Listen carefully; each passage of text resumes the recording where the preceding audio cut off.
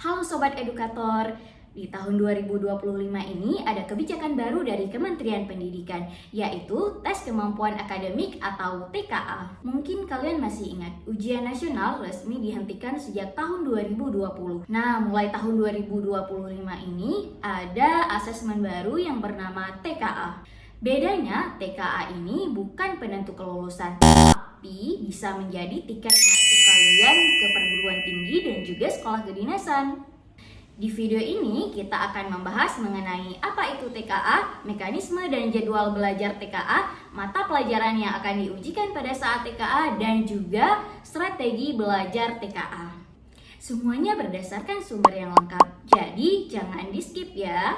Dulu kita punya ujian nasional yang wajib diikuti oleh seluruh siswa kelas 12 dan hasilnya menentukan kelulusan. Tapi sejak tahun 2020 UN resmi dihentikan. Sebagai gantinya, pemerintah membuat asesmen nasional.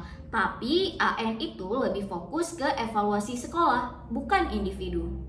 Nah, muncul pertanyaan, kalau misalkan mau daftar jenjang lebih tinggi seperti kuliah, apa cukup hanya menggunakan nilai rapor saja?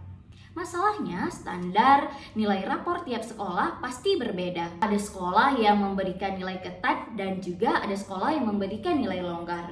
Inilah alasan TKA dibuat sebagai alat ukur akademik yang sama untuk seluruh siswa, supaya seleksi ke jenjang berikutnya lebih adil dan juga objektif. Tes TKA ini berbasis komputer, fokusnya mengukur keterampilan berpikir tingkat tinggi, bukan hanya sekedar hafalan. Ada 4 kompetensi utama yang diukur, yaitu pemahaman, penerapan, penalaran, dan analisis.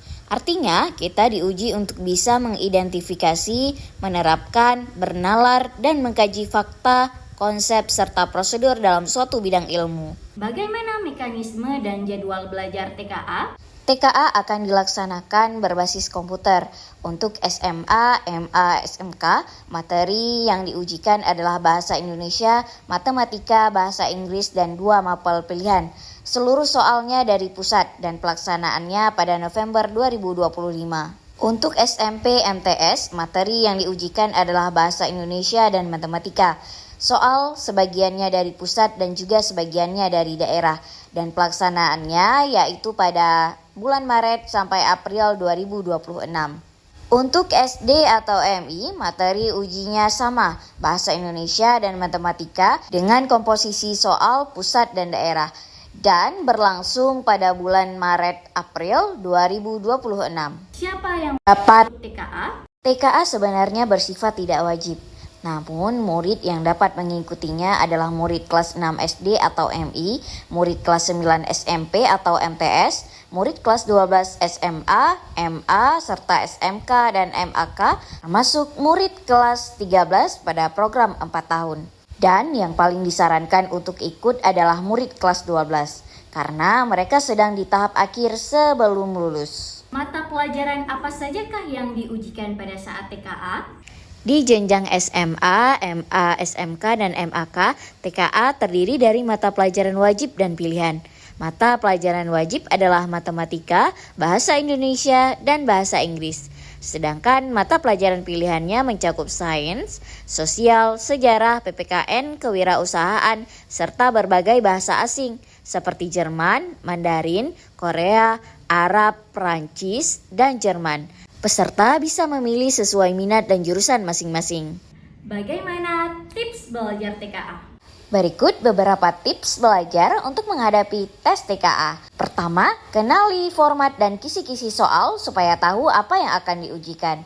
Kedua, kuasai konsep dasar di setiap pelajaran. Ketiga, latihan soal secara rutin agar terbiasa dengan pola pertanyaannya. Dan yang keempat, ikuti bimbingan belajar untuk mendapatkan arahan yang lebih terstruktur. Jadi, mulai persiapan diri dari sekarang. Kalau video ini bermanfaat, jangan lupa like, comment, and subscribe. Semoga sukses. Sampai berjumpa di video berikutnya.